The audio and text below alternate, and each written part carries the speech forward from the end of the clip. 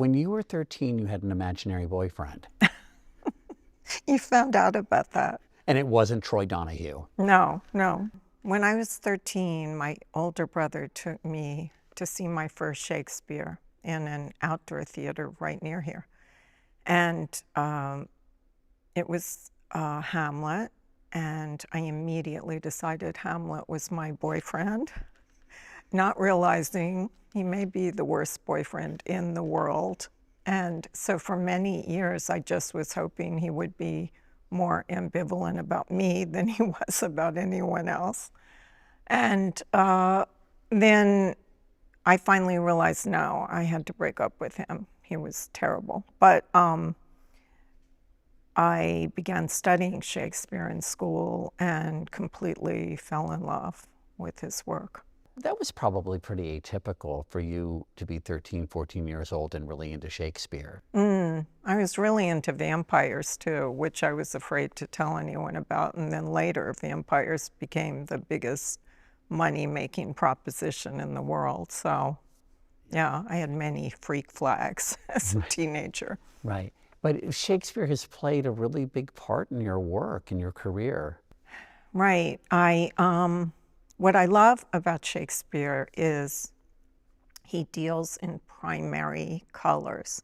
I mean, all the emotions and passions that are so vivid and central. And he is about revenge and murder and treachery and perfidy and lives ruined. And that's actually exactly how I program my Netflix algorithm. So to me, he's very modern. I mean, I think I have one answer to this, but are there plays that you keep coming back to over and over again when you're writing your column? No, it kind of depends on who I'm writing about. Yeah. Like different leaders remind me of different characters. Donald Trump, for instance, reminds me of several different plays. He's kind of like late Lear, Howling at the Moon. He's also like Julius Caesar in a republic, but trying to grab the crown and think of himself as an emperor. President Obama, I think, is, once I saw the totality of it, he's like a Fortinbras character or Richmond character in Richard III, where he's the good guy who comes in at the end and has to clean up the mess. But he himself is a little bit of a cipher. I mean, really, you know, Shakespeare, what's so interesting about him, especially with regard to the White House or Washington, is many of his plays are about the moment where you realize that you are your own worst enemy. And that is a very dangerous place to be. And that applies more to presidents like Nixon and Bill Clinton, where they're doing something that is just definitely going to bring them down, but they can't stop themselves. Is that sort of a central mystery to you or something? Because, right, these people at the pinnacle of power. Right. I always find it confusing because when a president is elected, I originally thought, well, they should be completely filled with confidence. They've gotten this, you know, endorsement from the electorate. They should feel good about themselves. But for some reason, their insecurities and gremlins often kick in just at that moment, and they begin doing really self-destructive things. And Shakespeare is about, you know, the use of power and abuse of power, and often the failure of leadership. When I became a White House reporter, I was only the second woman at the New York Times to have that job, and I was very nervous. And I wanted to do a good job, and I thought maybe I could cover it like a Shakespearean court, because basically Shakespeare is about the use and abuse of power and everything that can go wrong when you are at the top. And at the time, a lot of the guys thought that was silly because they thought you should just cover policy, or if you're covering a campaign, the horse race. And I was focusing on the president as a person, his character, behavior, flaws, and Yes, sometimes, like I remember one guy saying it was too emotional, which I didn't understand at all. Because in the history of America, when we have had really horrible, scarring incidents, it comes back to a president's gremlins, Watergate, Vietnam, Iraq. All of those can be directly traced to a president's gremlins, not to some policy they stated when they were candidates. And Shakespeare understands that. Yes, no one knows more about power than Shakespeare. I mean, and about love, because it's all the power dynamic of the court and of love. You know, I grew up in the Washington area, and I always thought it was kind of odd that the Folger Shakespeare Library was here, but is it actually fitting that it's in Washington? Yes, the Folgers fell in love with Washington when they were here briefly on a break from another trip, and they walked around and fell in love with it. And outside in the garden, there's a silvery statue of Puck from Midsummer's Night's Dream, and with the line, Lord, what fools these mortals be, and it faces the Capitol. So it's almost like a dialogue between Puck and Congress.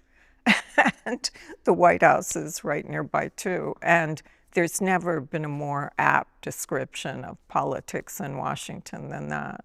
Did Shakespeare play a big role in the founding of this country? Thomas Jefferson advised people to read Shakespeare from the time it got dark till the time they went to bed. And John Adams and Abigail Adams constantly read Shakespeare. And so it was really woven into the American flag. It was, this is what they were reading, Adams and Jefferson, when they founded the country. And they were using the psychology of Shakespeare to figure out how to make this country great.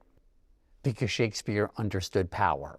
You know, it's funny because Freud used to study Shakespeare constantly, and he understood the psychology of power and how people use it, and sometimes they succeed, but mostly in Shakespeare they're failing.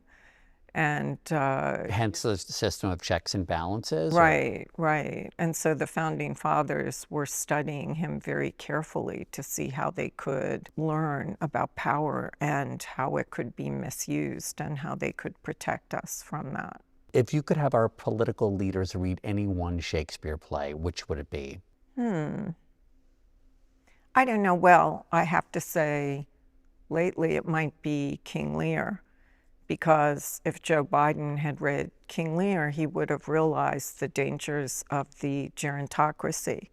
And you really should not cling to power, you know, and suffocate the younger people who are coming along from having their day in the sun when you are, you know, too old to really exercise power.